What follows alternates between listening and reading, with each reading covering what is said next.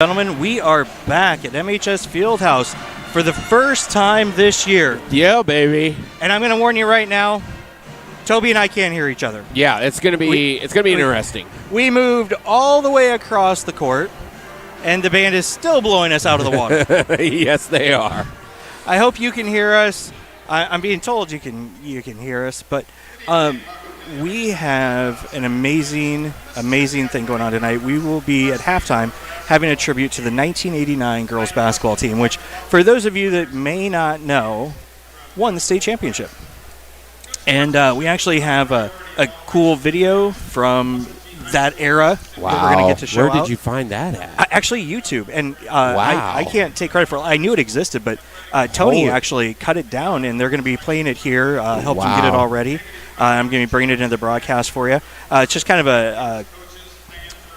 a quick little highlight overview, because if you go out to YouTube and type in 1989 Muskie basketball, something along those lines, you'll find the whole game there. Wow. So, first time this year, we're here. Yep. What do you think, Toby? Did you have a good holiday? I had a really good holiday. Good New Year's. Got to see my kids, spend some time with the family. I'm excited to be here. I am too. I'm kind of curious to how they're going to look without Ave. And it doesn't sound very good for her from the last I heard. I'm excited to see this 89 team. I know a couple of the girls on that team. A lot of good things tonight to look forward to.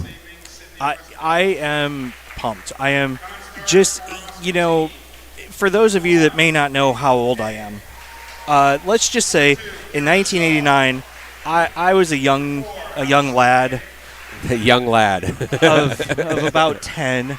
Wow. And if you were about 10 in that time frame in Muscatine, the thing that you thought was the coolest thing ever, I can't believe I'm going to say this, they used to make these Just Say No dare cards of the high school athletes. Really? Yeah, they were yellow with purple ink. They were like mimeographed. I don't know what they were, but they were something. And,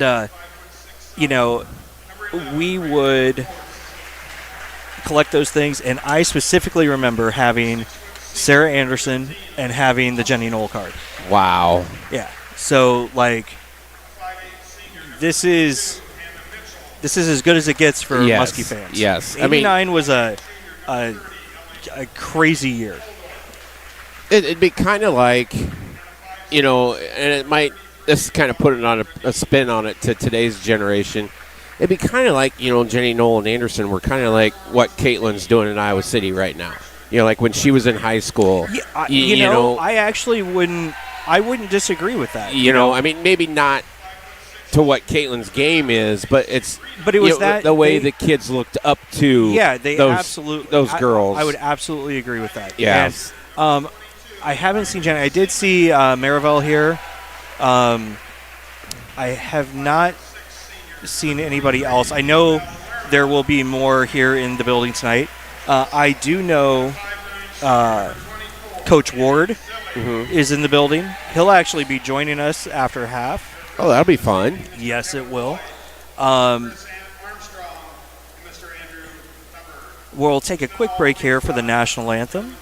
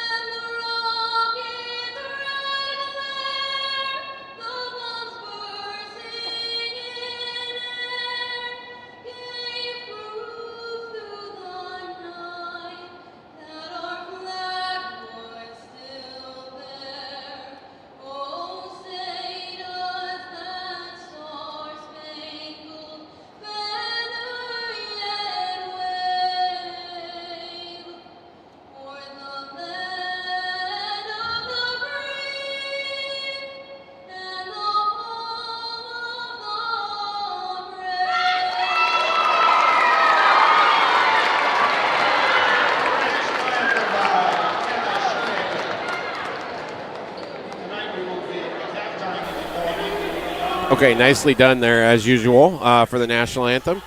Kind of another thing I got to thinking about is Maynard played quite a bit in that freshman-sophomore game, whatever. JV game. So I'm wondering, there's Jenny Knoll right there, by the way. Yes, Jenny Knoll is in the. Oh, she is even on the camera there, folks, in the bottom right hand, down in the gray. So I don't know how much they're going to use Maynard, and without Avery, and it'll be interesting to see what the girls look like. I mean, I'm excited. It's the first of the year that I get to see the girls.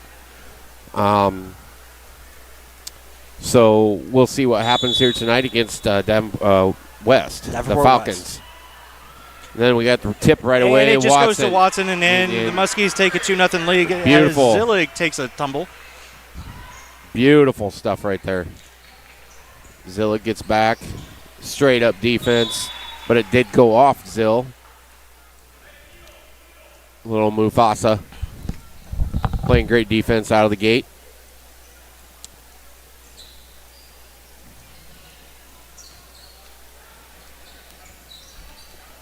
Good defense. Get the rebound here. Good job. Zillig does get the board.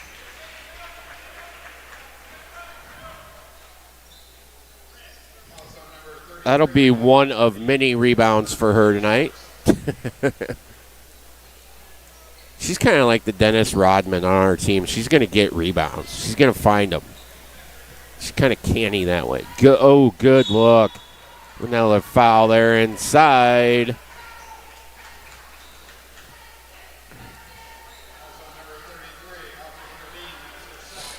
That'd be a reach on number 33. She picked up 2 quick fouls there, so she's going to come out.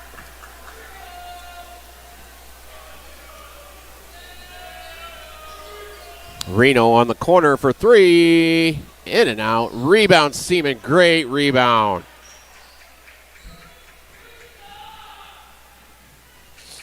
Outlet pass up ahead. Possible 3 there, but passes it up. Looks like we have a handful of them down there. Yeah, that's great. I'm glad they're here. That's good for everybody in Muscatine. Little shot in there. Scored, tied up, 2s. So West running a press on the Muskies now. Just take your time, get it up court. Seaman up ahead to Lerma. There it is for 2. Nice assist there by Seaman. There's, whoa. You gotta let them play a little bit there. I would say blue, but I'm so used to baseball, softball analogy there, but. You can call them blue. It'll be all right. They know who they are. Yeah. Oh, nice little drop step there. As we do this, what would be absolutely awesome, anybody out in the listening audience, if you remember anything about the 1989 teams, basketball or softball, throw a comment out there. We'll see if we can definitely get it in.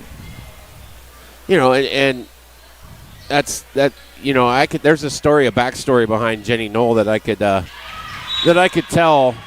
My grandpa used to raise pulled Hereford cattle, and her and her sister both showed calves for my grandpa at the county fair. So I know the Knoll family really well in that perspective, and it's just it was really neat to see her get that state championship. Up ahead, Zillig trying to stop the ball, moved her feet just a little bit. That's a tough one. You want to go with them, but if you just stay put, and you make her go around you, exactly, you're going to end up okay. You're going to be just fine. And yeah, maybe they get around you and they get a shot, but at least you're not going to give up the foul. Right, exactly. But she is going to the line to shoot 2. The first one does rim out.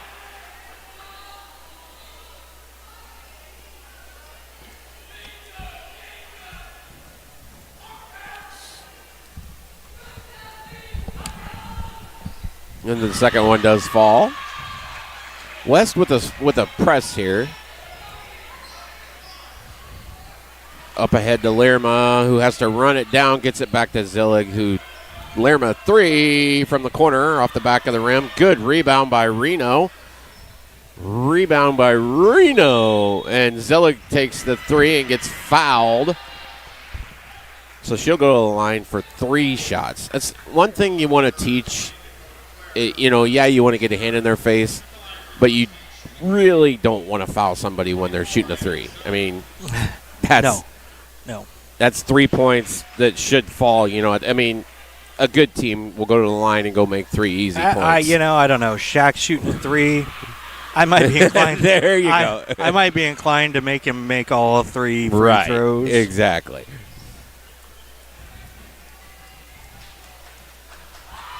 And Zillig does go nail all 3.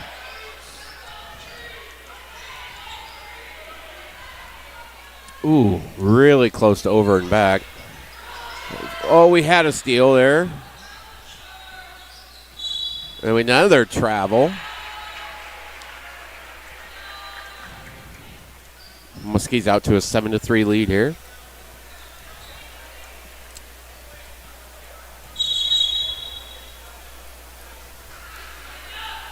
Got a TV timeout here.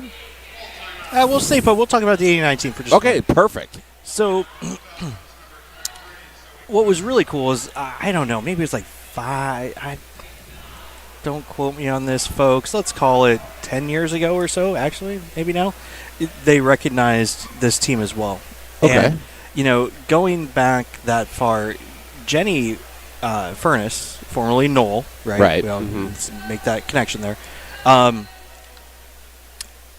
She was a freshman, and she was a varsity assistant coach 10 years ago. Mm-hmm. And, I remember kind of looking back on some of the articles and things like that from the time. She was still talking about how much camaraderie there was in the school. And that's kind of what we were talking about. And not just there. It was like the entire community, right? Because Coach Schur on the softball team had them going, a lot of the same girls. Right. And, Knoll goes on to have a career unmatched in scoring here at the high school. Right. And she did play at Iowa too, correct? She did, as a That's matter of what fact. I thought, yeah. Which was actually, and I didn't get a chance to post this. This was Yep. A really great experience.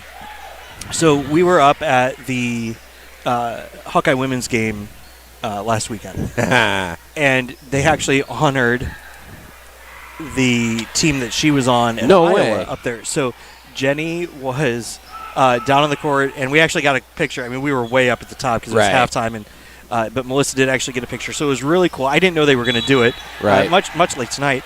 And it was just great. All of a sudden, we're standing there, and Jenny, no, what? And we're like, look, and because I knew they were like recognizing the team. I hadn't quite put 2 and 2 together. Right. And so it was really a cool experience. So that would be Zillig for 3. Great rebound by Lerma. Out to Seaman for 3. There we go.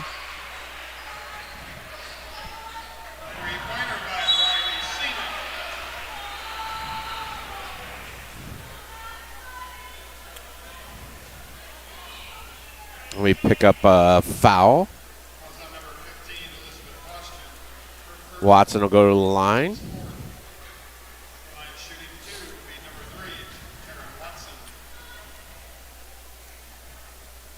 First one up and good.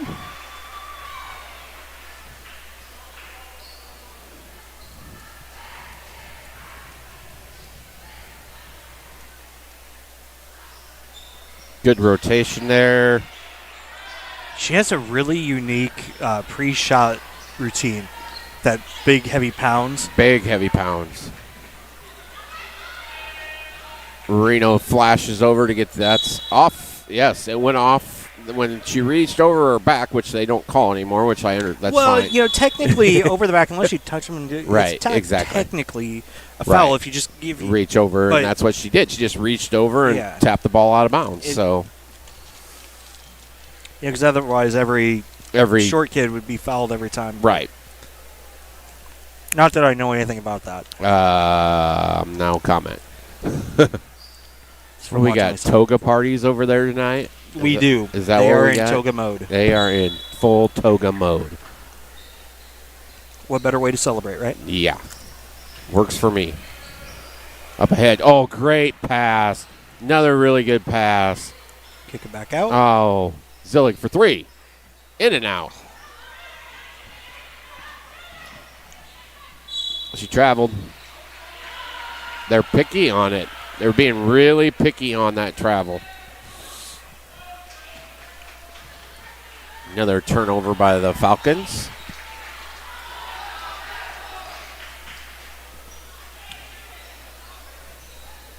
Over to Zillig, who thought about a 3. All the way, kid. Skip that over to Reno a little bit sooner.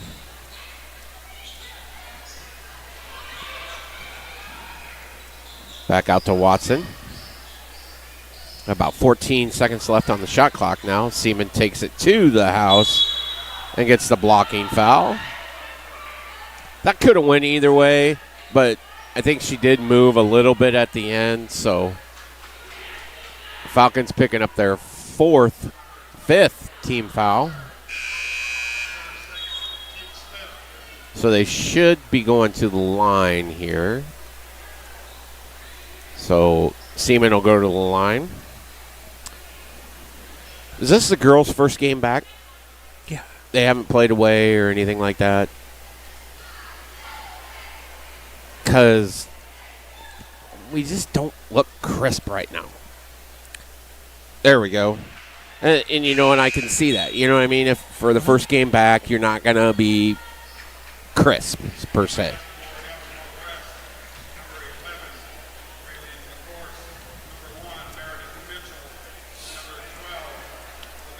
But like I said, I was watching the Hawks before, and Caitlin didn't look like Caitlin today either. So it's not like it doesn't happen to, the best of the best. So the second one does rim inside out. Oh, man, you got to adjust. We got to adjust to that. They are calling a lot of ticky-tack fouls, so something we're going to have to adjust to as the night goes. Rimmed in and out. And Shaw coming in for Watson, who picked up her second foul there.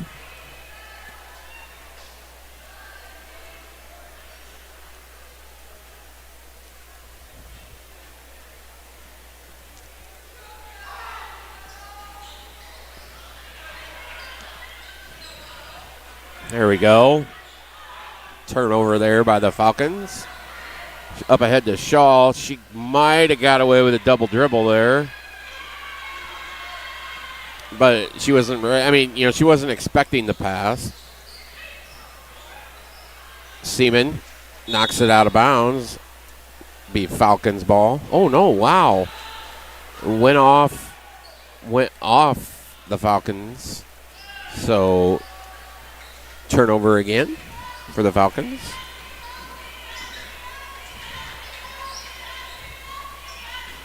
Up ahead to Zillig. Over to Reno for 2. Long.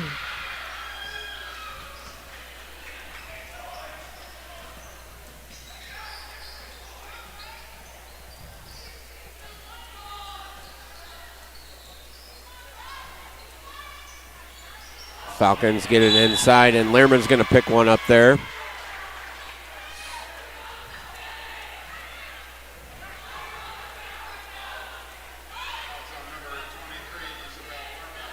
That would her first. So we got 9 fouls in the first, and the first quarter's still got 3 minutes left. 9 total fouls between two teams, and we still have 3 minutes left in the first quarter. So I feel like this could finish like the second semifinal game at like 1 o'clock Eastern time. Right. Speaking of which, I was very happy to see Go Blue get it done. You all say that now. Nice pass Zillig. inside. Great look.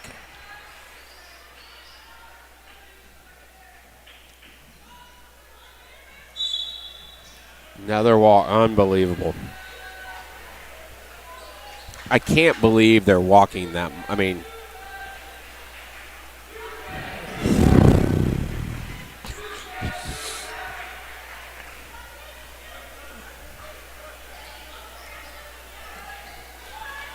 Lerma up to Zillig again. Good way to break that press.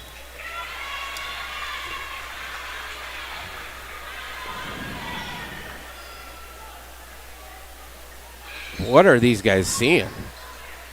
I'm not sure. That I'm missing.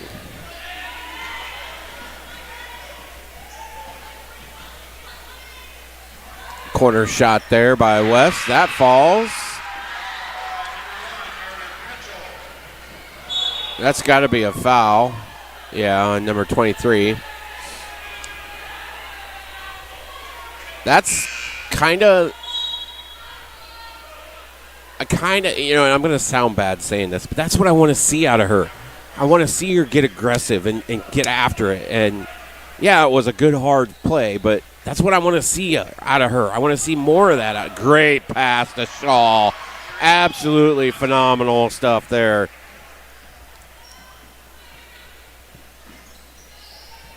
Good cut, backdoor cut.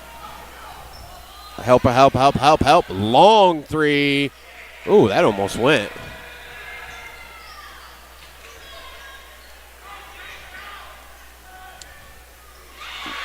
Good no foul there. Good job, no foul. Zillig back to Seaman Torino. Great rebound there by Shaw. Lerma for three. Oh, caught the front end. Look at Zillig work down there.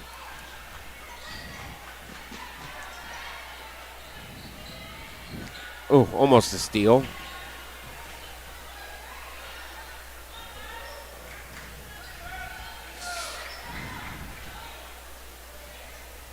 Ooh, another rebound for Shaw.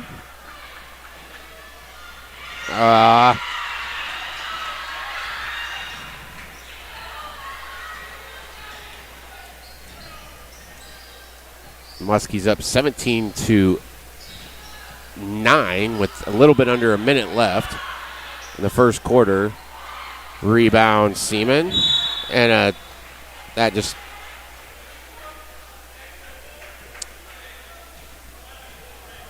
on the hand. So Seaman will go to the line for two. Or is it just one? It's two, right? The bonus. She'll go to the line for two, right? Yes. Yeah. Yeah, because it's 5. Right. 2. Yes. Mm-hmm. Makes first one falls.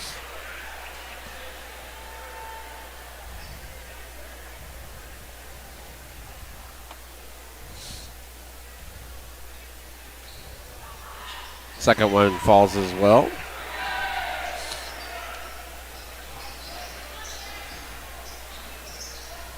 Almost. Keep working, girls. Get back, Shaw. Did about everything she could there.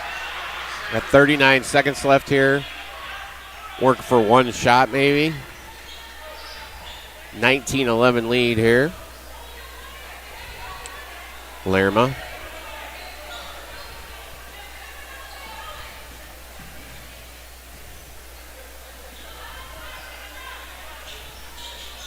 There it is. Take it all the way. 12 seconds left here for the West. Zillig with a steal. Slow down. You got time.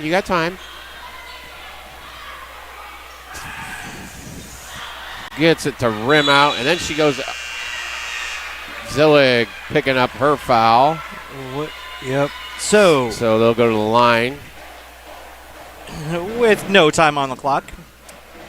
So at the moment, at the end of the first quarter, they lead 19-11.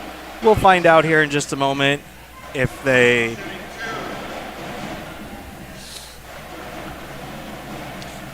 she's shooting some free throws here since the clock was out. They still get to shoot the free throws. Right. There we go. So 12.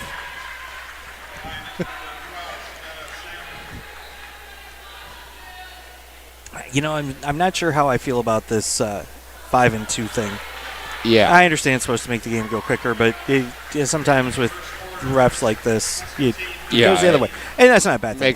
Right. Now, I mean, we're looking at 10 fouls in the first quarter, guys. I mean, here is first trivia question for the night. Okay. The girls won the championship. Who did they beat in the championship game to take the title? Anybody out on Facebook land know? Anybody out on YouTube land know? Somebody's got to know out there somewhere. Who did the girls beat in 1989 to become state champions? And Captain High School camera operator over here is like whipping out her phone and like, I'm going to cheat. I'm going to cheat. I'm going to have you know, I pitched an idea to Miss Hewitt where we're going to do this thing where things that I knew how to do as a kid, right, that they probably have no idea how to do. We're going to sit down and do it, make them do it in front of a camera. Right. I agree. I would love to see that. You should do it on your show. You should do it on your show. That's what we're going to do. Yeah. Do it on the show. We're going to make a clip, and we'll kind of make it like a joint venture between Muskie Minutes and that would be the Muscatine Today show. And, here's – I'm going to give you a sneak. This isn't one that I'll probably make them do, but it all came from a TikTok. Great steal. Sorry. And Lerma takes it in. That this young lady could not use a phone book. At all. Oh, I am sorry. I'm not laughing at that. I'm just. Yes, you are, and it's totally fine. They deserve it. Reno with the rebound brings it up the left side. Seaman thought about a three. Reno's not even thinking about Reno. You got to think about it at least. Come on, kid. Seaman with a long three. Followed her shot. Yep. I mean. Yeah, that's something you don't see much anymore. Everybody's so worried about backing up and. Oh, yep, she traveled. That one I saw. Yep. Definitely saw that one. Watson still on the side.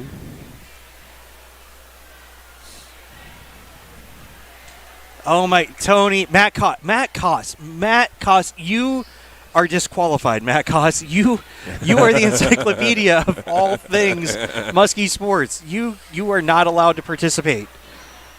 I love you, Koss, great but pass to Shaw. You're like a cheat code for this stuff. They are all right, Teresa O'Brien. They're all right. We beat Durant. Is that okay? Durant was who it was? Durant, yes. How does that work? A 5A school against a 1A? No, it's not. This is 1989. That's true. They didn't even have A's back then. They just had. True. Yeah. Wow. I gotta admit, I'm honored that Matt Koss is watching this. That's pretty impressive. No, I mean seriously. I mean, he's like you say, the encyclopedia. And I'm gonna say this: I knew from high school that he was gonna be good at that stuff. I watched that guy keep stats in high school. He did. This is no joke. He by himself did a better job doing stats than Chris Jones and I combined. This is no joke. He had one of those old school 4-color click pens. Yeah. Yep. Different quarters, different colors. Rebound. Man, dude, all the respect in the world for Matt Koss.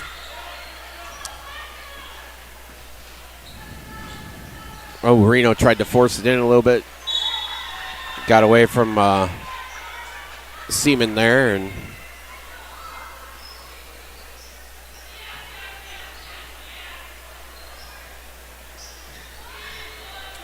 trap. Great transition defense by Shaw. Great transition defense. Just forcing her to make the pass and then allowing her defense to get back. Good acting job there, but didn't get the call.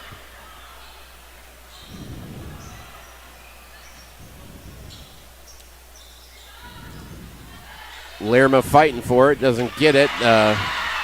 Ooh, she went down a little hard there.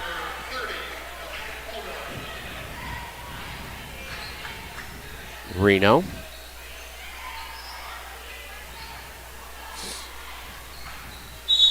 Kicked. That'll be our ball. Trying to work the ball around the key I think we need to go back to dribble penetrating a little bit here. And get him to collapse, and then you can pass a little bit better.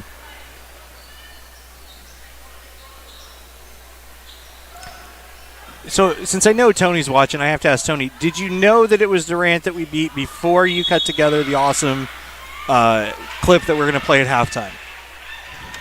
That's the question of the day, Tony. And then we got a quick timeout here by the Falcons.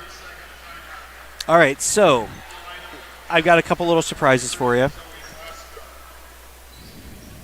First, we'll give you – oh, whoops, wrong first. That was obviously after the win. And I'm going to ask for help on this. I know it's Maribel Rivera on the right. I'll be honest, I don't know who the two on the left are off the top of my head. I recognize them, but if anybody's out there, I'm looking at you, Matt. Should know who those two are. We'll have another one here in just a little bit for you. So, West to inbounds under the basket. Muskie's with the press on.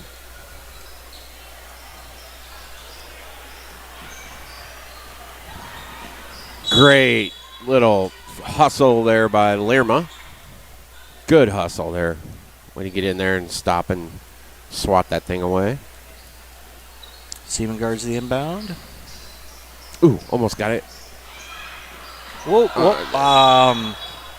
Yeah, okay, over and we'll take back. the over and So they got away with the travel and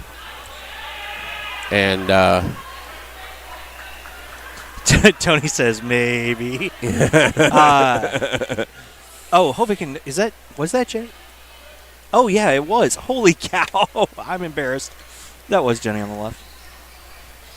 Reno for three. Please, get in please there. Don't there it is. Please don't tell anybody.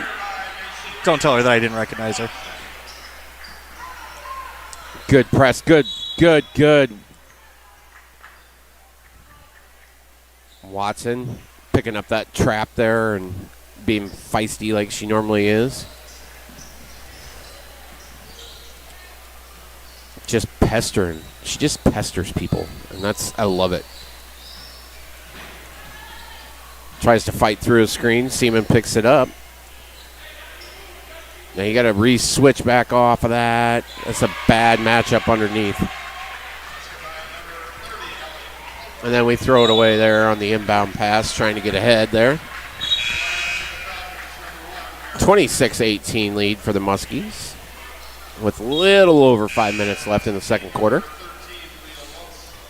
So, as far as halftime festivities, folks, my understanding at the moment is immediately after the start of half, we will cut to, it's about a 2.5-ish minute video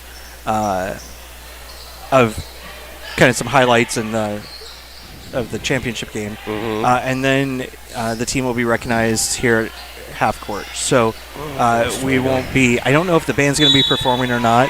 I will remind everybody, if the band does perform, and cheerleaders or Palm performs to it, don't forget, right. We can't play the music. Right. We'll show you everything we can, because otherwise we'll get kicked off by the YouTube and Facebook police. Ridiculous, but it is what it is. I get it. Like, I get the fact that, if it was like our video was mostly about that song, sure. Right. But so the Muskies lead 26-18, 4:49 left in the second. She does miss both. Rebound there to Los. Oh, wow. Los is in. Yeah, Los Good was for her. Los was looking pretty good in the JV game as well. Nice. She did just that exact same thing. Nice. Exact same move down the right side of the lane.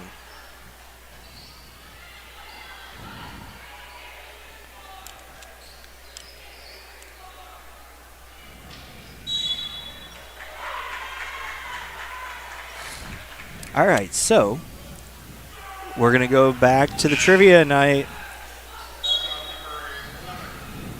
Obviously, the Muskies had to have won the semifinal game. to make it to the finals. These are going to get tougher as the night goes on, as you can tell. Who did they beat in the semifinals to make it? And by how much?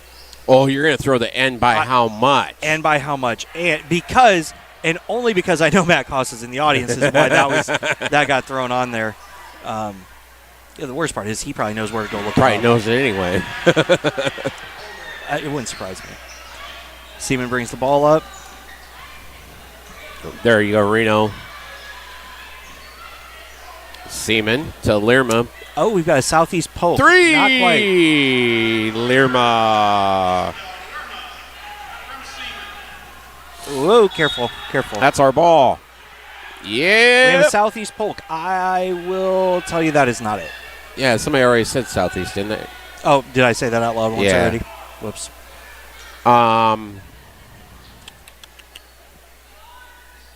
Ankeny? No, sir. Ooh, she hit her head Yep. on that one. And you got to keep going. I mean, you have to keep playing until it's dead. I mean, that's a bad situation. Or coach calls timeout, one of the two. And so her head literally bounced Isabel, off the floor. Yeah, it's Isabel, yeah. That was Isabel. So she's a tough kid. She'll be fine. But yeah. So side note, I want to give a shout out to Calvert. Oh. I can't believe I'm doing this. She does an amazing job as our Yep. trainer across all the Muskie sports. Yep. And she was talking to me about their concussion protocols. Oh, my goodness, And they dude. have this awesome, I say awesome, somewhat tongue-in-cheek here, but they play a little game, right? Yep. They play a game and, they're timed and everything else, and there you can see Isabel heading off. They play a little game, and they get like a score. And then immediately after something like that, they make them do it again, see how it stacks up, and that's one of the ways. And I'm like, man, that's like genius. It really is cool how they do it now. And, I will again say this. I feel 100% comfortable with all our kids in her hands. Yes. There's travel. Yep. I saw that one. Yep. Okay, so Muskies lead 31-20, 3:23 left in the second. Let's go back. Nobody's gotten it right yet. Any hints? We play them in football.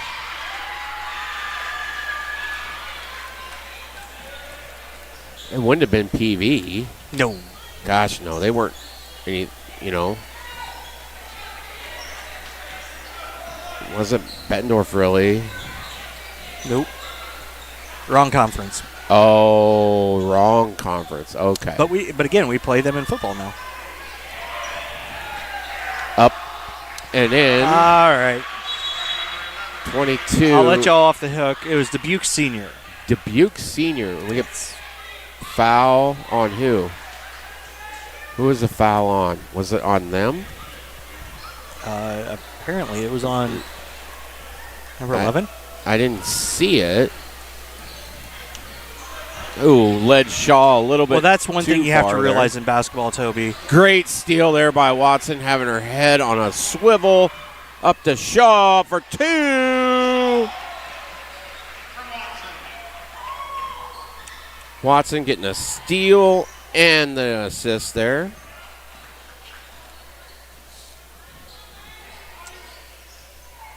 Little runner. Seaman up ahead. Look at that, looking all the way up. Watson had gone off. Ooh, that was clean. She stepped on the line. Thank you. Okay, or travel. Or something. I don't know. She was on the line.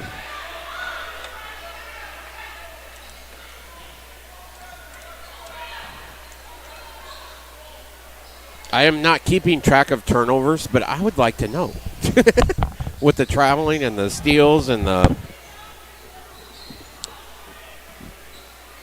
Seaman long three. Money! Splish splash.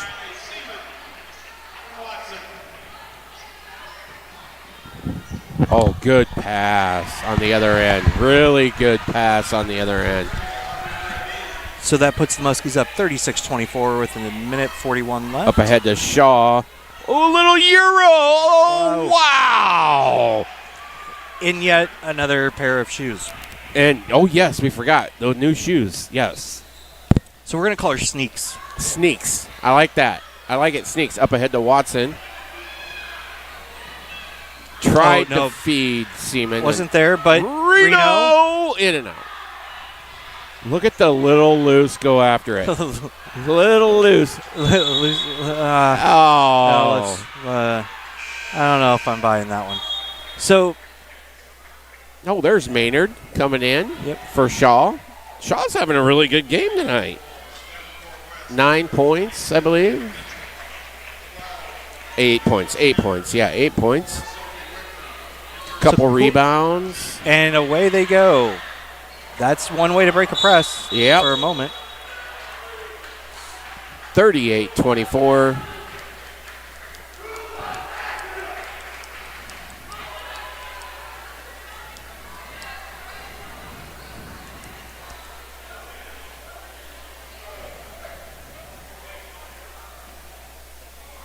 What are they going to talk about? I don't know. It's Muskie ball. They went out of bounds. Are they calling it it appears to be that, yes. Possession arrow hasn't moved. Why did we get the ball underneath the basket? I'm not.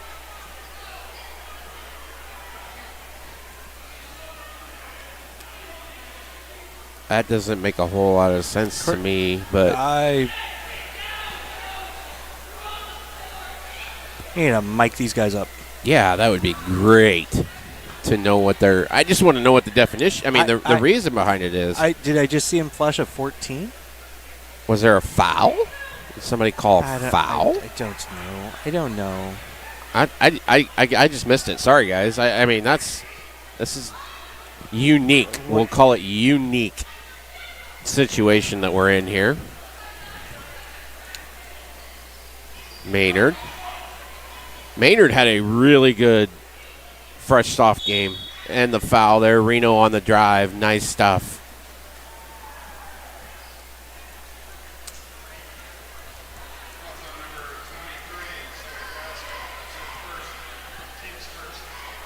I do know Diana Tank, who is the widow of Coach Tank from the team, will be here tonight. I was able to talk to her a little bit before the game.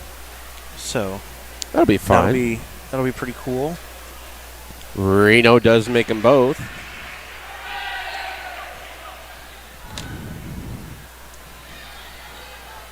Ooh. Rejected by the backboard. Yep. You're gonna get that. You have to call that there.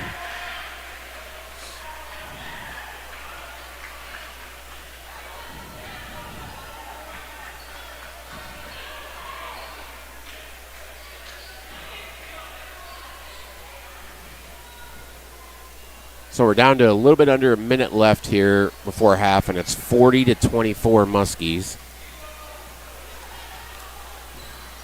This is giving you a little bit of a look of what the future Muskies is going to look like. Maynard inside. Good. That was actually so. Next time down the court, we'll cover that 2-3 zone. Yep. Watson picking up the foul there. That's 3 on her. Oh, boy. Yep. Number 4 coming in. That would be Haig. And that's one who can be named. Yes.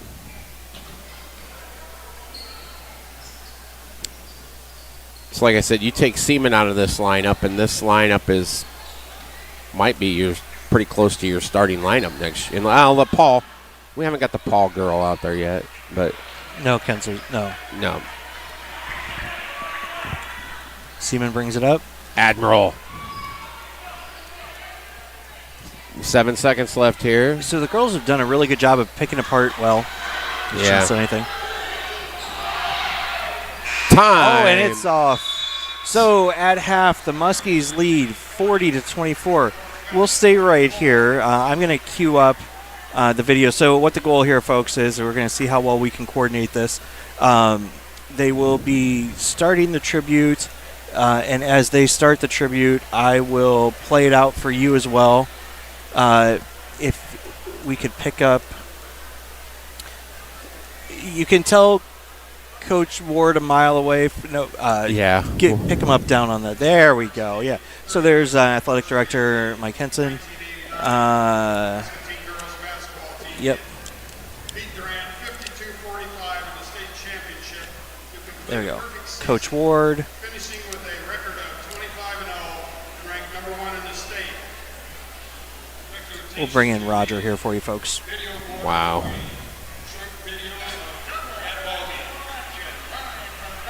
Oh, they start. Okay, here you go, folks.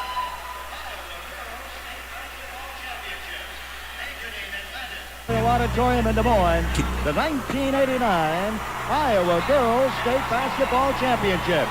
Anchoring Atlantic in the Sweet 16. They're down to 2. Our first game tonight, Durant and Muscatine will be going after the 5-player championships.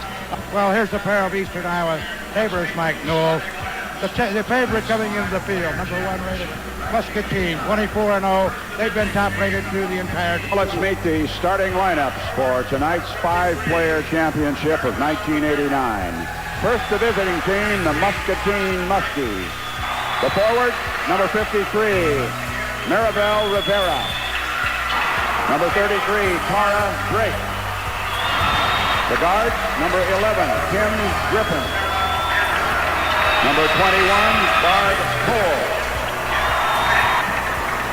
Number 45, Sarah Anderson. The assistant coaches, Jeff Tank and John Schroeder. Okay, folks. Well, there's Randy. We're going to bring this back in here real quick for you. Not quite sure where it went. 14 seconds remain. And doubleheader basketball action live from Veterans Memorial Auditorium in Des Moines. The 1989. Oh, wow. Oh. Presentation of the all-tournament team from Muscatine,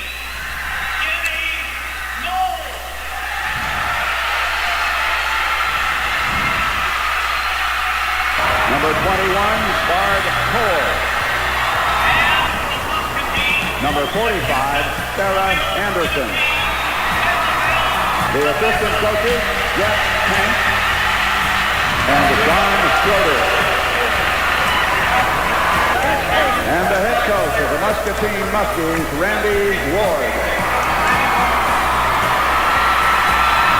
14 seconds remain. And Muscatine can start. The congratulations are underway. And the celebration starts. Very, very happy with Randy Ward. An academic matter from this point forward. Hey, folks, we're going to cut back here to the broadcast, and we'll play out the rest for you here in just a little bit. Iowa Girls State Basketball Championships.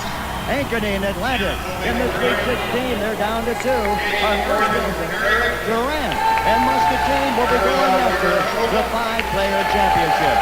Well, here's the pair of Eastern Iowa neighbors, Mike Newell. The favorite coming into the field, number 1 Muscatine, 24-0. They've been top rated through the entire. Let's meet these. Michelle Russell, Jenny Lowell Ernest, Sarah Robinson Sale, Trinity Trojanowski Harper, Tatiana Kachalasa Hill, Bobby Hoover Wolf, Beth Curtis, Erica Anderson, Mary Williamson Chet, and the coach of the Muskies, Randy Ward.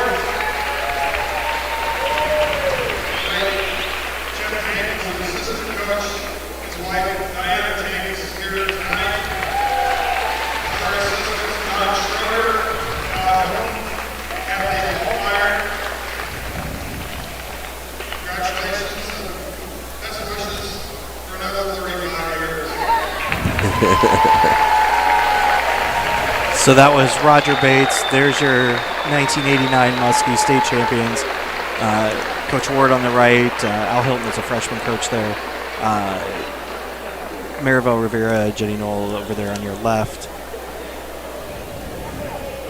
And I believe we will have Coach Ward up here momentarily to talk with us about that season. It was really interesting. So Coach Ward was inducted into the Hall of Fame this year, last year, I don't remember, it was fairly recently. And, he was a certain style of coach, and I can't wait to talk to him about that. He was, I don't know if you say Bobby Knight, but he was a hard coach. Right. And everybody knew it, and he made no qualms about it. And I'm sure that's something that he'll mention, but right. He absolutely got the best out of the girls though too. And that's and that's the generation. Back there was a lot more of, without trying to step on that type of coach. Yeah, it was right. So what we'll do here, folks, real quick, is we'll cut back to the end of the video here where you can see the announcement of the all tournament team, and then we'll be back hopefully after they do a little more dignitary type stuff down there with Coach Ward. On the all-tournament team, and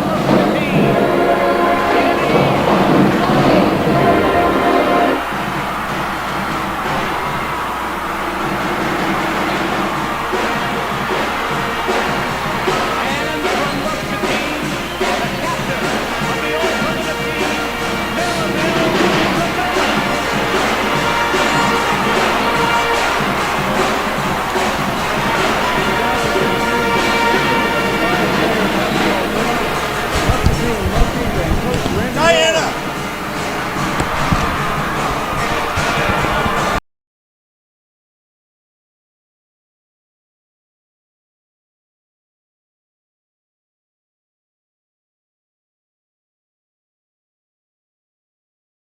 So big shout out, thank you to Mr. Tony Tone for putting that together for the school.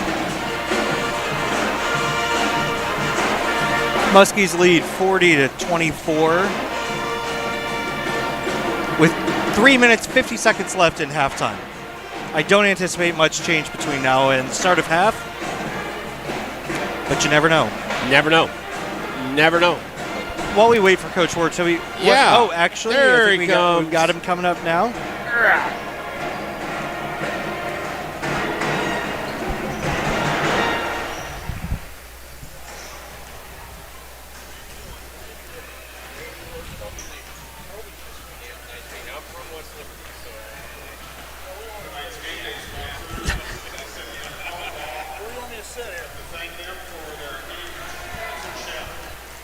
Okay. We'll be right back here with Coach Ward. All right, so just pop it on and you'll look all official. Super casual stuff.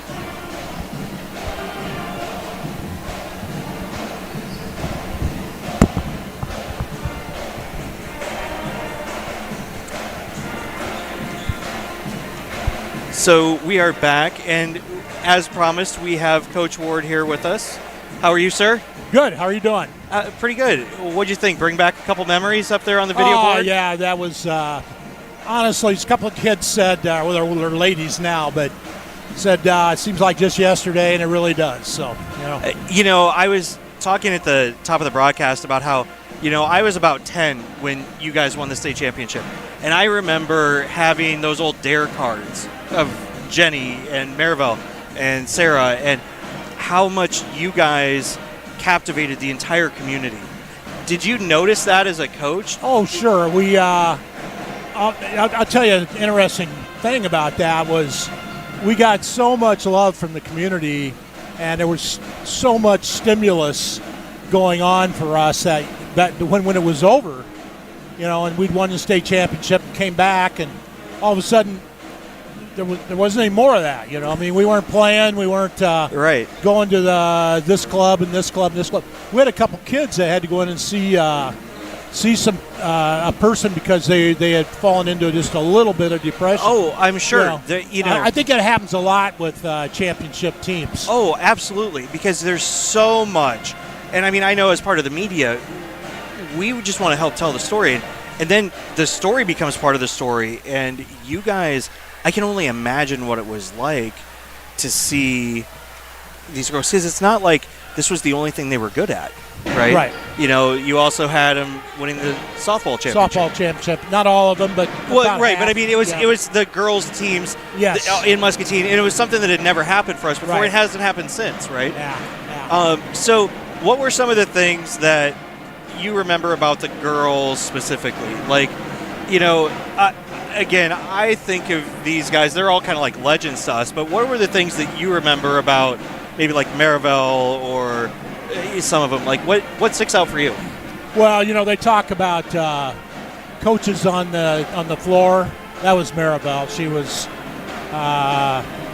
driven and, you know, knew what we wanted to do, held everybody responsible to do it, and made life a lot easier for the coaches. Now, Jenny was a ninth grader, a freshman, and I remember before the year started, we knew we were going to be really good, but we had a 6'4" ninth grader, and I went to the seniors because we were pretty much all seniors except for Sarah Anderson and Jenny, and I said, this girl would make a difference, but I'm not gonna put her on the varsity unless you guys want her, because I don't need any kind of problems with different people because we got a freshman playing.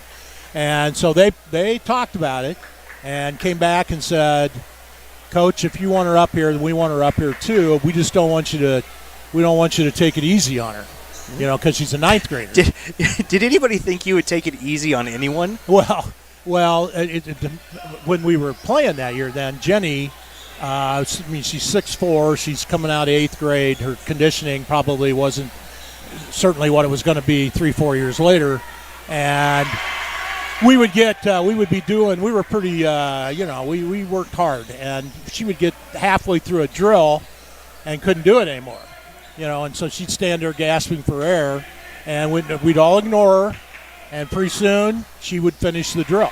And she earned a lot of respect for that. We did not baby her, and she ends up really honestly probably making the difference, for us. So, So anyway, great bunch of kids. We saw it in 8th grade with what they could be, and we weren't going to cheat them.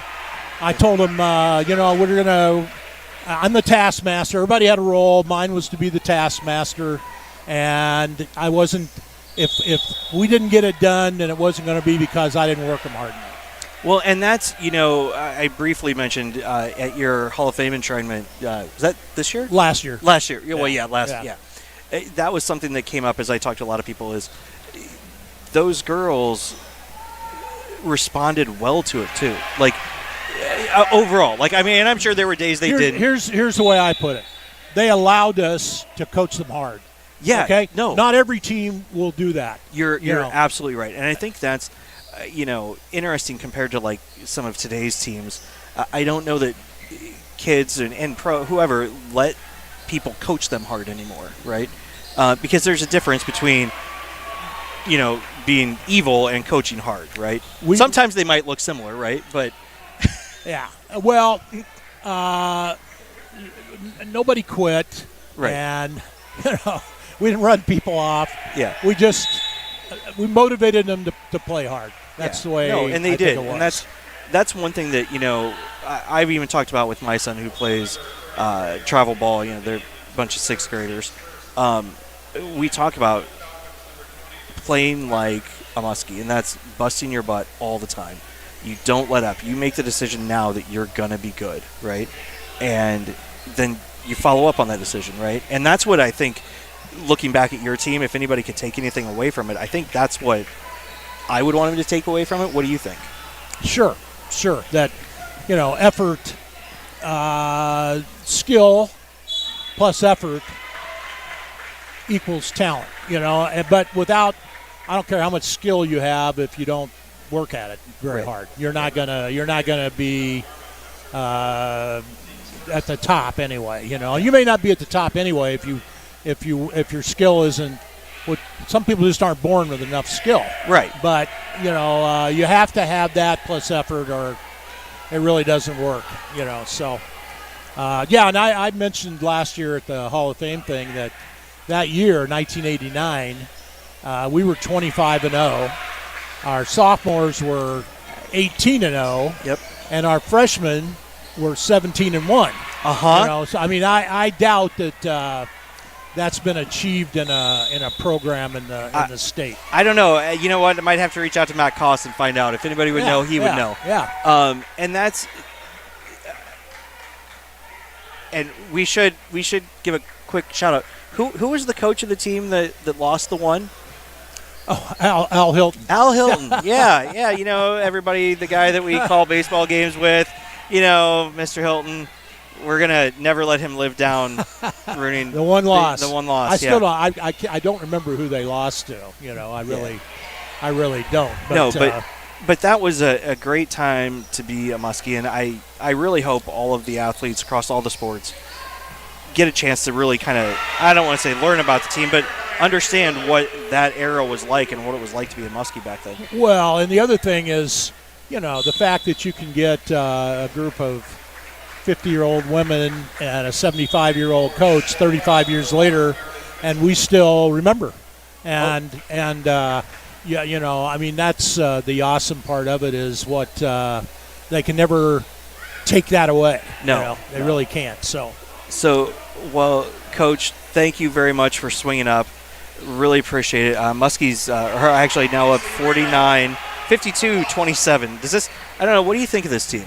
Oh yeah, a lot of good players. I don't know what ages they are, or whether they're young or not. So yeah, actually. Seaman's a senior. Actually, Taryn Watson, number 3 out there, is a freshman. Right. Lerman's an upperclassman. But you've got some juniors. Well, Zillig's a senior. But there's a lot of younger kids getting some playing time and doing well at it. Yeah, that's good.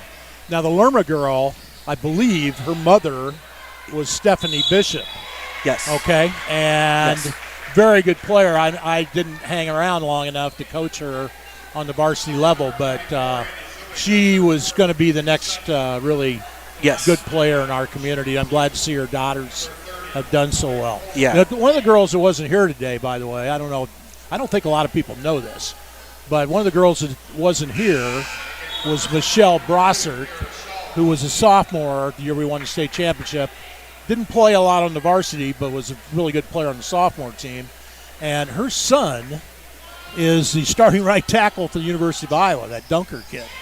Oh, really? Yeah, the tackle. I didn't know that. Oh, yeah. Yep. And I haven't talked to Michelle in a long time, but as soon as I saw the picture of he and his family, I knew that that was who it was. And I found out that she married a Dunker from Muscatine. Oh, and they live in one of the little towns in northern Illinois there. But, yeah. Cool. Well, thank you very much for good having to see me you, up. Coach. Okay? Yeah, absolutely. Right. Okay. And when you get back down there, send some of the girls up.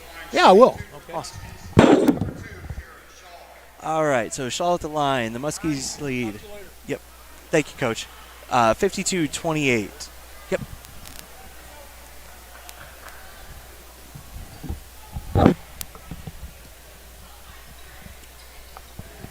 Shaw makes the second. Yeah. So what'd you learn? Anything exciting? I learned. I don't know that I learned anything. I had a lot of things reinforced. That group of girls are just impressive. I don't know what other adjectives to use. Yeah, and Lerma cuts to the left. Surprises Shaw a little bit, I think. Yeah. Watson up. Runner a little bit long. And still Muskie ball. Not sure about that one, but... No. You know, I did say earlier that I thought the girls looked a little bit off. They came out the second half looking like the girls. Yeah. You know, I mean, you could tell Reno for 3. Yeah. There we go. The girl will get her stroke back. 1, 2, 3. Another Watson, steal. and that was an assist on the steal to Seaman. And Lerma, she'll draw the foul there. Great job drawing the foul. 1, 2, 3. 56-28, the Muskies lead. Zillig's in a little bit of foul trouble. I'm curious to how long she's going to sit. She's got 4. It's like a nice small little collection she's got going on. Lerma gets the first one to fall.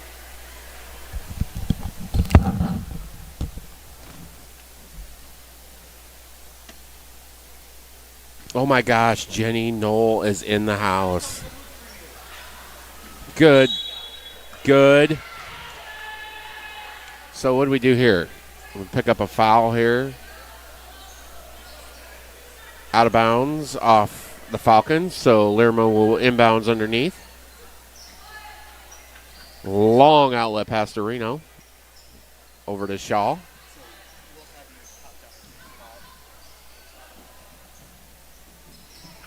Nice little pump fake there by Lerma. Oh, little miscommunication there. Just, that's over and back. So it'll be West ball. So we have, about to sit down with me, what adjectives do you use to describe this lady? Legend. Okay, the word to describe Jenny. You can't use tall. Well, I know, but what I'm gonna use is the word unique. I'm gonna use, because she's a unique personality. She's a very special basketball player, but I will never forget the first times I watched her give reasons for, like, judging contests. I was literally scared of her because I was like, she was so straightforward, and I mean, I was like, oh my God, who is this girl? She's gonna kill me. but if you really know Jenny, she's a very mild mannered, very easy to talk to. Yeah, absolutely. You know, and it's not. Well, then, heck, get up and let me talk to the lady. All right, Let's can go. do that. Everybody hears us all the time. Those are very, very kind words. How are you, ma'am? I have, for those of you, we're gonna start with Jenny Knoll, because Yes. that's how everything is. As far as how people remember you from that time. Yes. So, Coach Ward was talking about how, you were a freshman Yes. that year. I was green. I was it like? Really green. Yeah, honestly, coming into, I knew how well the team had done the year before when I was in 8th grade. I mean, they almost made it to state. It was really a phenomenal program that I was stepping into, and I just didn't know any better. I was coming in as just this 6'2", 14-year-old, what can I help the team with? But it was really great. The summer before my freshman year, I had actually played AAU ball with Coach Niemeyer up in Cedar Rapids. So we went to nationals. So that really showed me like some of the potential that I had just being 6'2".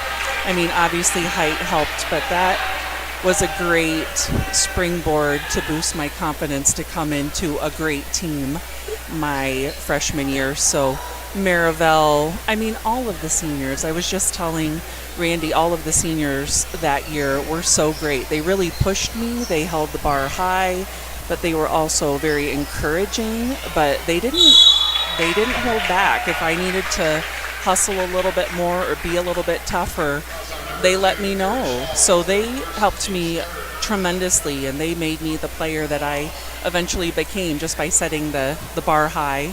Well, and so let's talk about the player you became for a moment. You scored a lot of points at Muscatine. I did, but I could have scored more.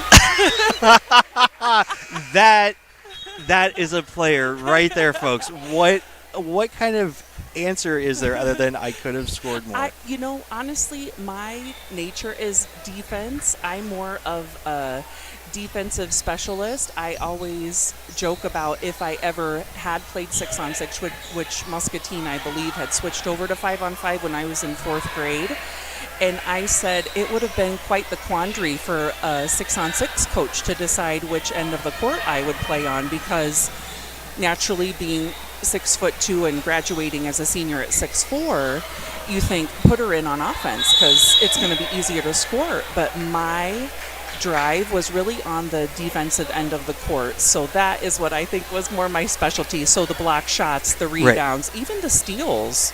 So let's I've got the records up here in front of me, and so total points for a career. Do you know how many? I think 1,241. 72. Oh, 1,272. So how many should you have had? I, in all seriousness, I should have scored more and could have scored more. I think I really should have gotten beyond 1,500 easily. I really should have, but that's okay. I know the offensive end of the court is only one half of the game. Right. And I had great teammates. I mean, gosh, Bobby Hoover, Erica Anderson, Tennille Lloyd was even my senior year. Tennille was a freshman. Really? Was she a freshman or a sophomore? Oh my gosh. I would have never bad? Connected that you two would have played together. So we played together. She was a sophomore my senior year. So I mean, I played with some good shooters. I mean, Katie Morgan was a great 3-point shooter. So really, I had teammates who could score the ball. They could shoot the ball and they could score. So I never felt the pressure to have to put all the points up, even though I should have been a little bit more selfish with the ball sometimes. And that's okay, and we've talked about that. Like my son plays 6th grade ball, and you know Wyatt, and we're like, dude, you got to shoot. Like you can shoot, and the team needs you to shoot, so everybody else can do their thing. Lerma looking good there. So real quick, we've got to cover this.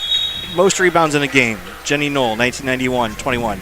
Most rebounds in a season, Jenny Knoll, 90-91, 307. Rebounds in a career, guess who? Jenny Knoll, 989.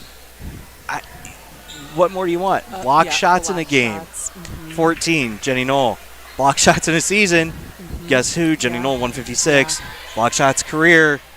That was my strength. I think I surprised people. 376. That's those are crazy numbers. I remember one of the sportscasters for one of the prime channels was asking me, so how do you practice blocking shots? How did you train to block shots? And I said, in all seriousness, I don't. It's instinct, and it's really timing and position. So that was nothing that that was just a God-given gift, honestly. So that was kind of fun. You call it what it is, right? Yeah, I think I still do. Not to brag, but I think I still do hold the shots blocked in a game and maybe a tournament at the state tournament. I may have to look that up and bring it to you guys next game, because that wouldn't surprise me. I think I still do hold that, even with all. I mean, there have been some amazing shot blockers after me, but I may just have one more than those young bucks coming up after me. So as the girls here lead 61-30, 49 seconds left, what do you think of this team that's out there? This is actually, to be honest, this is the first game that I've watched, and I did watch some on the Facebook page that you guys do the games, which is awesome. I love that you do that, especially as the weather gets worse. But I love their team play. I was just saying they remind me in some ways of the Iowa women's team, where they look for each other well. I love the fast breaking, their angles on their passes. You can tell Coach Jones is doing a phenomenal job just teaching the basics well. And that's the thing. You don't have to do anything fancy to win. You have to do the little things and the fundamentals well. And this right here is something so different than last year. rebound, outlet, up. Yes. It's go, The go, pace- go. The pace the is pace of the game is very exciting. So Yeah. I love that they're having some success. They look like they're having fun. they do. They're working hard with each other and for each other, and that's vital. And I'm sure that Coach Jones has brought some excitement. Yes. Being a Division I player, Right. bringing some excitement and some clout. When your coach has clout, It helps. Players will run through brick walls for you. Right. So, speaking of Iowa women's basketball, I was telling this story just a couple of minutes ago before you guys came up. I was at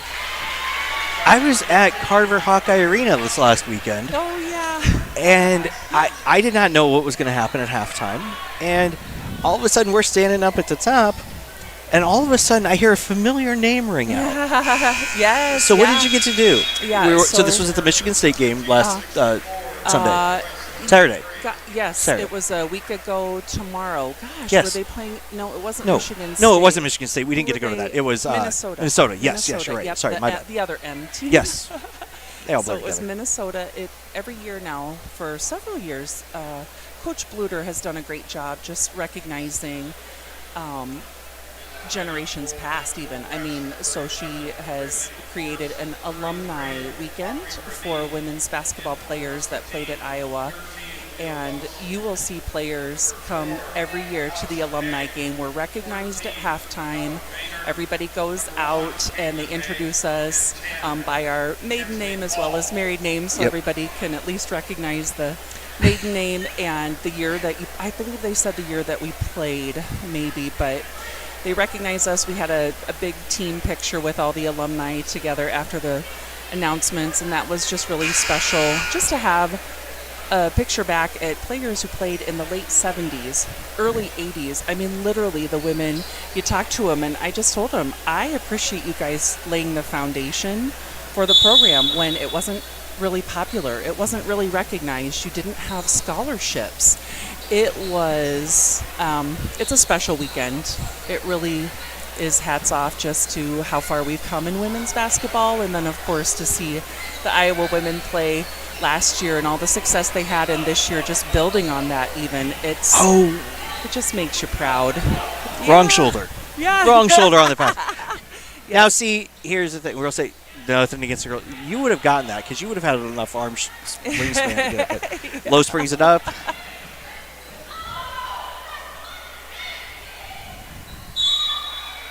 And, honestly, I love the scrap that these girls play with. I've seen bodies on the floor, and just to be scrappy and feisty, I love to see that coming back to the program. Yeah, it is absolutely fun. And I've said this several times. These girls are just fun to watch. Yeah. They're a lot of them carry over from the volleyball team that was fun to watch, did tremendously well, and the ones that step in, and then like watching Watson, and it's just, you can see they're gelling to your point, Yes, and it's fun to watch. And just good athletes, just to see their athleticism go from one season to the next season and translate into some W's. It's really nice to see that. Yeah, I mean, like, if you look at the court now, you're literally looking at the future of Muskie basketball. I mean, let's see. You've got Kensley Paul, number 10. You've got Haig out there. You've got Los. Who else is out there? You've got the other Haig and Ella Maynard. Yeah, so. Well, and Taryn Watson, and I know you've got Sadie Manjoin coming up. She's in 8th grade now, and I just really think the next few years are going to be very exciting for the program. I'm anticipating a lot of success and excitement building around them. And I think that's actually on both sides of the basketball organization. The sophomore boys won a game 100 and something to like 2 a couple of weeks ago. Phenomenal. We see a lot of the freshmen and sophomores playing varsity, and they're still dominating at the sophomore level. So Muskie basketball has a lot of great things coming. All the way down, I mean, to 6th and 5th grade. When they go travel, they do well. I think I was talking with Coach Wiley, the 8th grade. He coached 8th grade boys next level team is like 19-2. Yeah, they've got some really good talent coming up in this 8th grade class, maybe down into the 7th grade. So you just see the development happening in those traveling teams going to all the tournaments and just getting exposure. Yes. I know a lot of parents have put time and effort and funds into those travel teams, but that's really these days that's what you have to do to get the development and see the competition and see where the bar is set. Yep. Because then you have to up your game, so when we come back into the MAC conference, you're getting some wins. Yes. Some more scrap. I love it. Bodies on the floor. And what I love is they're up 66-38, and they're still scrapping. And they're still playing. Yeah. Yes, play till the buzzer. I love it. So, holy cow. And that, that sets the pace for the program, just to go, we play till the buzzer. Yep. We put our full effort out there, whether we're starters or whether we're coming off the bench. And it's nice to see some of these players getting rewarded with some good minutes. I mean, these are solid minutes for them to develop in real game speed against an actual opponent, not just practice. So I have to tell you something, and I've told this story several times. So folks at home, I'm sorry that you have to hear it one more time, but Jenny's got to hear this out of my mouth. I remember, so in 1989, I was 10. Okay? Yes, thank you for reminding me just how old I am. No. You're not that much older than me. I was 10, and I remember having your dare card. And I remember having Sarah's and Maribel's. And I remember we all just loved those things. Yes. Like, I'm sure you guys probably hated them. No. We all absolutely loved it. That was a great program. And too, I think that helps the excitement into the next generation, right? Yeah. You have the middle schoolers and the elementary kids who get to see these high schoolers who really are kind of your idols at the time, right? Michael Jordan was my idol. High schoolers kind of are those idols to the elementary kids. And you would see this because I know you see like a lot of the kids that Wyatt plays ball with, but I get to see the teams up close, right? And so Wyatt's with me a lot. They all know who the varsity players are. They know who they are. They know how they play. They on the boys and girls side, right? Like the only reason they're all not here tonight watching this game is because they have to play. They tip off at I think it's like 8:15 in Williamsburg tomorrow morning. Yeah. So they all better be in bed. Yes. Wyatt, Carter, Jackson, you guys better not be hearing this. If you are, you better be in bed. Never get to bed. No. Yes. So and it's nice for the high school students to play in front of good crowds. I was pretty pleased with the crowd when I came in. There were more earlier, but I mean, you see some of the students sitting up in the upper section. Yeah, and this has been one of the quieter nights. I think everybody's like trying to recover from New Year's maybe, but I mean, it's not uncommon to see this place very full and very loud. The student section does way better than we ever did. I don't know what it was like when you were there, but we had a rockin'. I will tell you, the Muscatine fan support from when I was a freshman on has been so incredible. And the student sections, I mean, it would be packed. You would have, the big number 1 hands and all the fun hats. We never had the theme. Toby's getting a little frustrated over there. Just don't break your clipboard. But we had great fan support, and that was one thing. I was always so thankful for Muscatine, just the community coming out and supporting us and being so positive and following us to away games. There were away games where we would have more fans in the stands than the home team, and not a lot of programs get to say that. So it's nice to see that support coming back, and our community rocks in so many ways. It does. Holy cow. Thank you. Thank you for saying that. I was just coming down to hopefully find you, and up the steps you come, and here it is. Yes, Coach Ward was like, Jenny, get up there. I think they want to interview you. Yeah, So and if any of the other ladies would like to come up, I'd be more than happy to have them. Hey, I will look and see who's down there and tell them to pop up here really quick. Yeah, but so thank you. Go enjoy it. Thank you for everything you've been for Muscatine. Thank you. We all appreciate it. Thank you for live broadcasting the games. That really is so helpful. I do think about, too, for homebound, some of the older fans who really want to watch the games, again, especially when the weather is bad, they still can watch the game. So I appreciate everything you guys do as well. Awesome. Well, thank you. Yeah, thanks, Jenny. It was great to talk to you. Okay, so We are at 70-43. The Muskies lead. 4:31 left in the fourth quarter.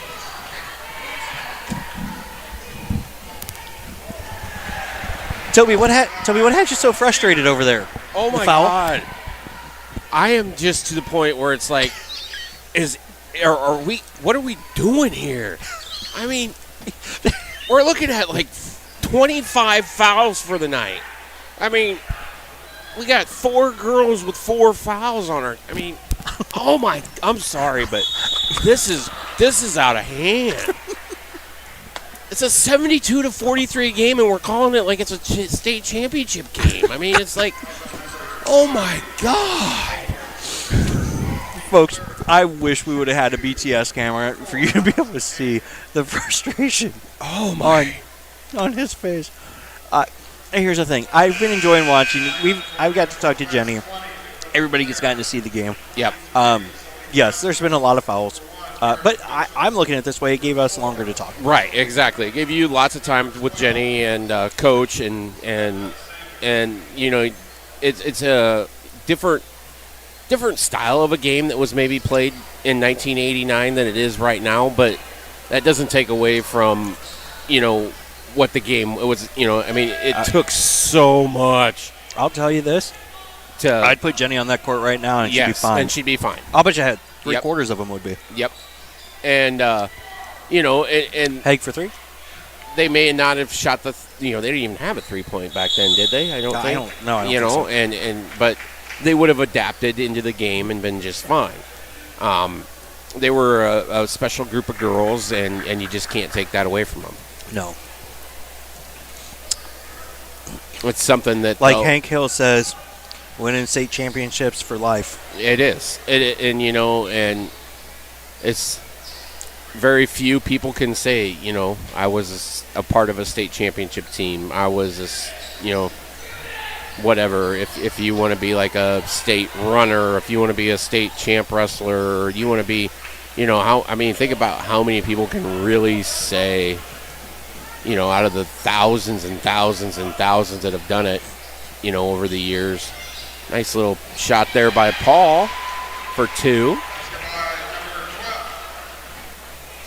Shout out to the class of 97 for bringing us her. Sam and Lisa. Yep.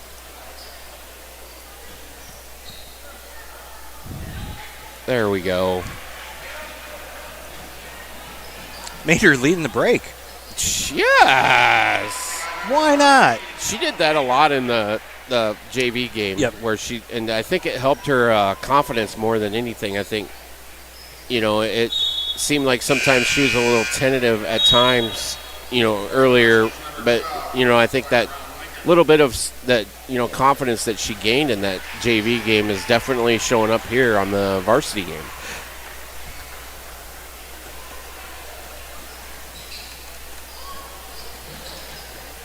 Ooh, nice. Paul little- reaches around and tips it out. Nice. Good defense there. And you know, and you look at the team that's out there right now, and what do you have? 1 junior and freshmen and sophomores? Yep. Yeah, I mean, and they're not, you know, the lead's pretty much the same. You know, so they're they're going to do just fine down the road. Catch the ball first, hon. You're all right.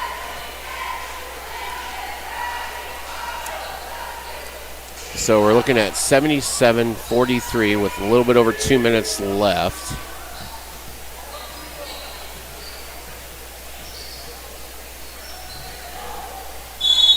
Another foul inside, and that one will be on Paul. I'm looking at something here for you, Chris.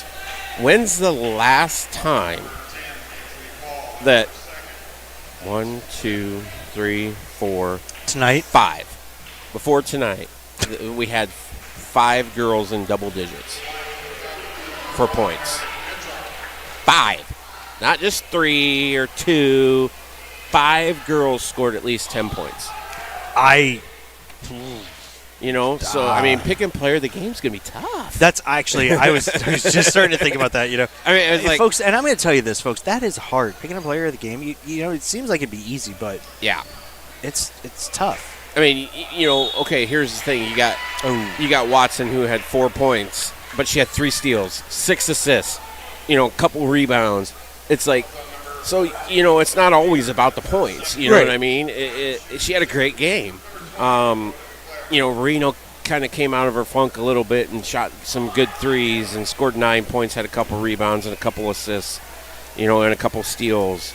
Seaman, that's the Admiral's the Admiral. She put just 15, does what she does. She put 15 down. She had 2 steals, 4 rebounds, and 2 or 3 assists.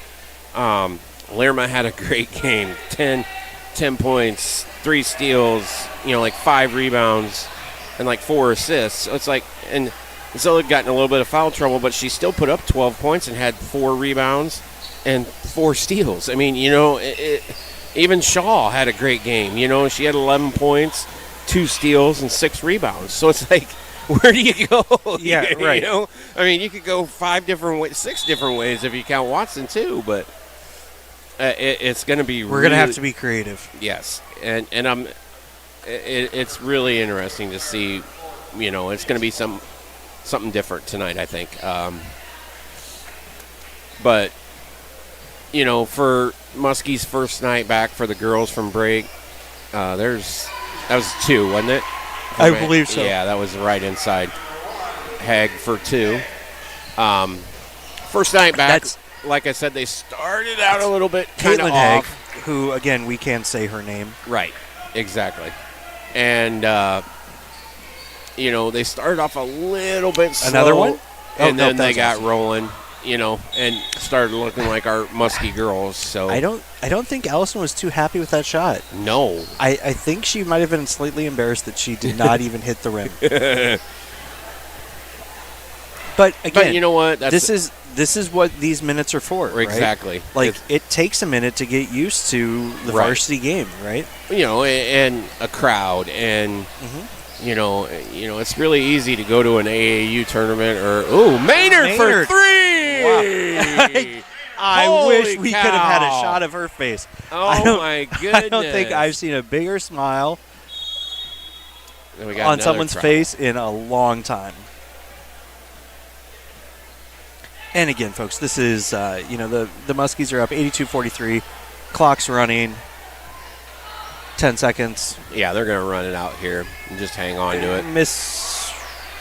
So the Muskies Wrap will win up. 82-43, and that'll be the game for A tonight. heck of a tribute game to the 89 Muskies. Yes. I mean, this has been a blast. I have thoroughly enjoyed this night. I hope everybody else has too. And it's not something that you can do every night, but it's pretty special to have, them. And how many of them were still here? You know what I mean? There was 8 or 9 of them made 9, it. yeah. Coach Ward came down from Wisconsin. Wow. It's just absolutely great. Yeah. So, as the girls huddle up here, player of the game. I'm going to make the decision. Okay, you I'm make going to this. take it. I'm not going to make you worry about this. I'll take the heat for this. Okay. The decision is the entire Muskie girls basketball program. Team. Yep.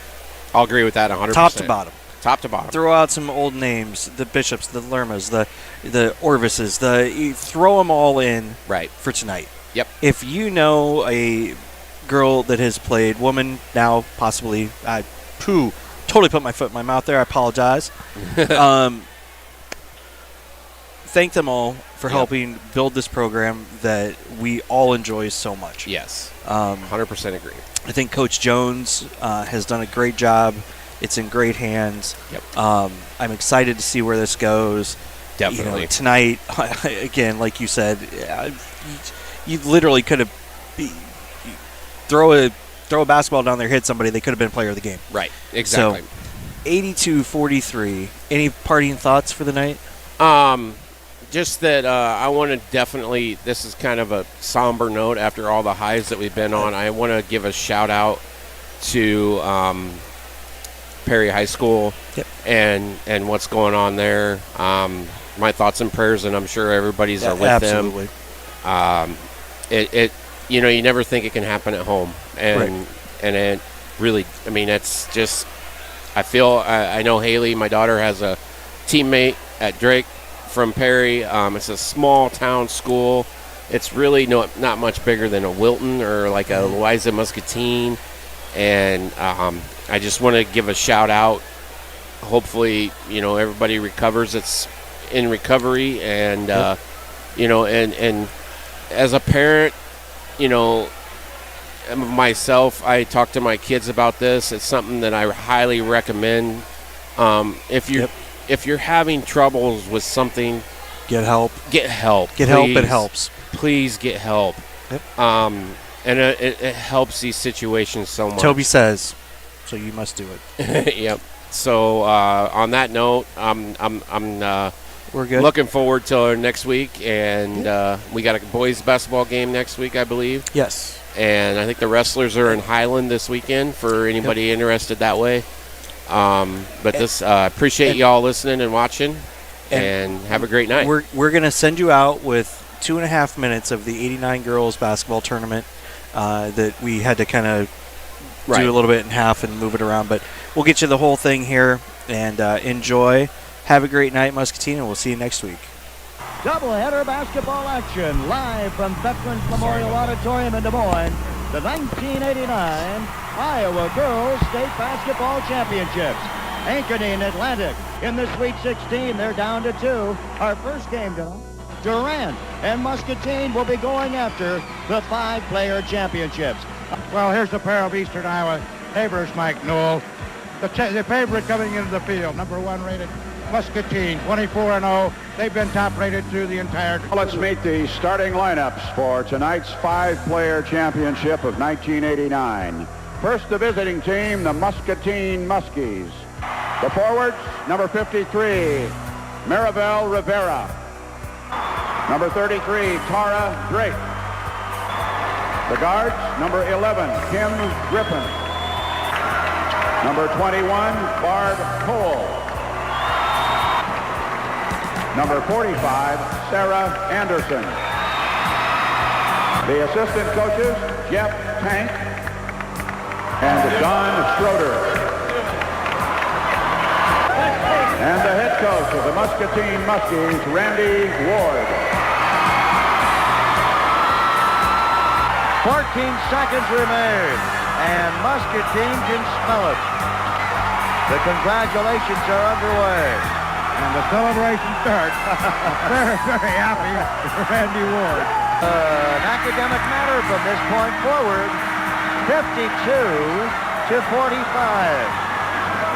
And now for the presentation of the all-tournament team. From Muscatine, Jenny Knoll.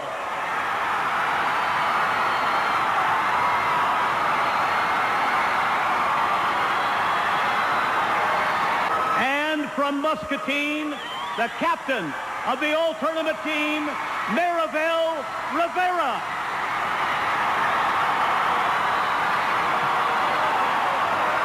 And we now present to you the champion of the 5-player basketball tournament, the Muscatine Muskies, and Coach Randy Ward.